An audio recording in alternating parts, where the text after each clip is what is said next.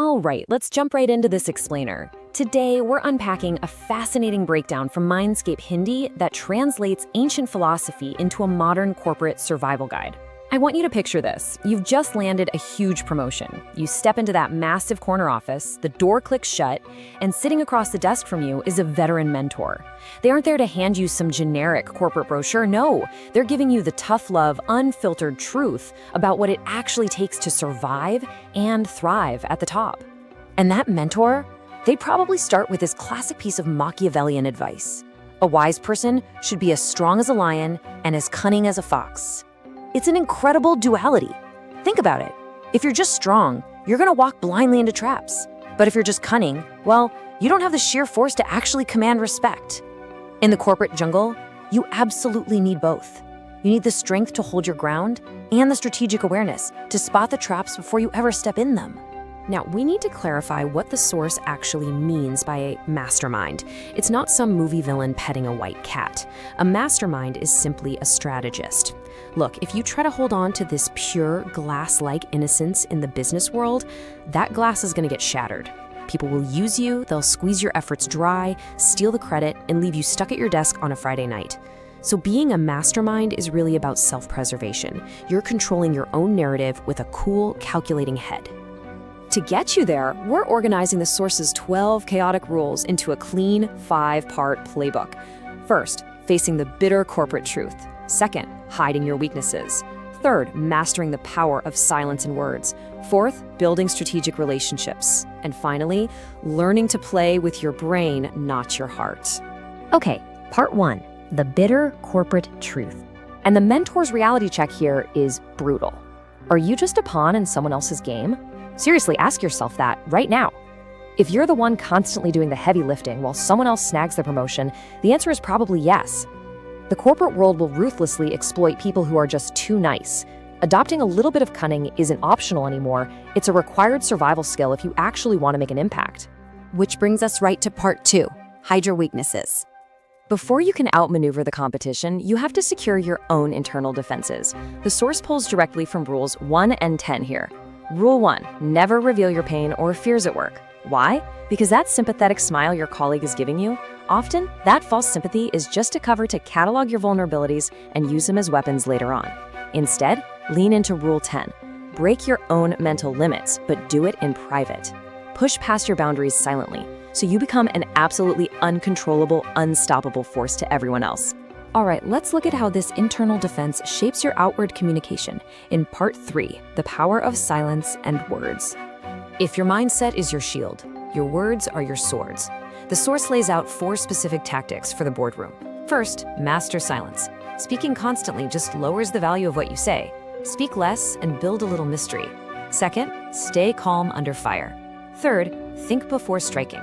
You've got to read the room, understand the hidden agendas around the table, and only speak when your words will land with maximum impact. And fourth, command with eye contact.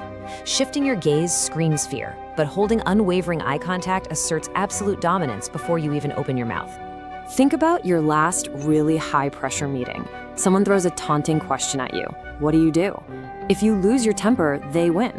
True cleverness isn't shouting in anger. It's staying calm and flipping the game on your opponent.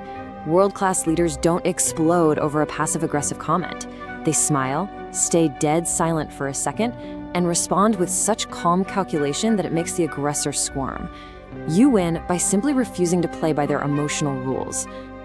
That kind of control is exactly what you need for part 4, strategic relationships and dominance. Once you've mastered yourself, you have to navigate the messy web of office alliances. The source draws a brilliant comparison here between the doormat and the scriptwriter. The doormat is constantly bending over backwards to please everyone, hoping to be liked. And what happens? They get walked all over. Then you have the scriptwriter. This person takes absolute control of their own narrative. It's a stark warning. If you don't pick up the pen and write your own story, you're literally going to end up as a nameless extra in someone else's script. And you have to write your own script because of this harsh, Machiavellian reality? People are only with you as long as they benefit from you. Look, that's not meant to make you a cynic. It's just meant to give you clarity. Corporate relationships are transactional. Accept that these alliances rely on constant mutual value. Once you understand that, you stop getting your feelings hurt. and you start actually playing the game. Because of that transactional reality, the mentor's advice is to ruthlessly audit your network. Cut ties with visionless individuals. Ditch the energy-draining colleagues who do nothing but complain. If you hang around weak players, they're going to drag you right down to their level.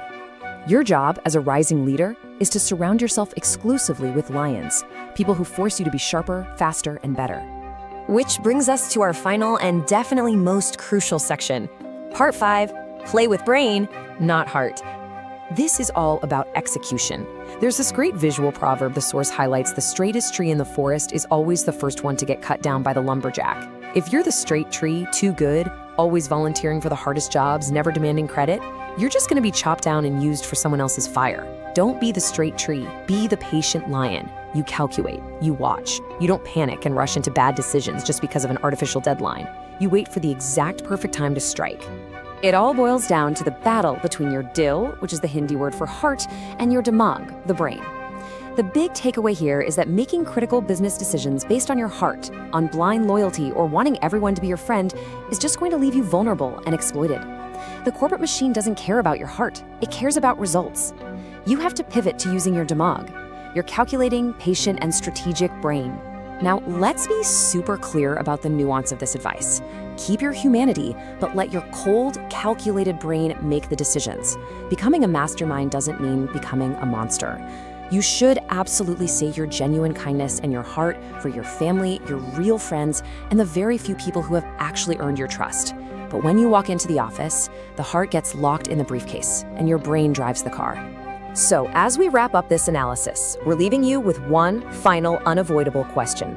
Will you remain the naive employee, constantly frustrated because everyone else is leveraging your hard work? Or will you drop the innocent persona, embrace the tactical cunning of the fox, and rise as the mastermind of your own career? The playbook is right in front of you. How you play the game from here? Well, that's entirely up to you.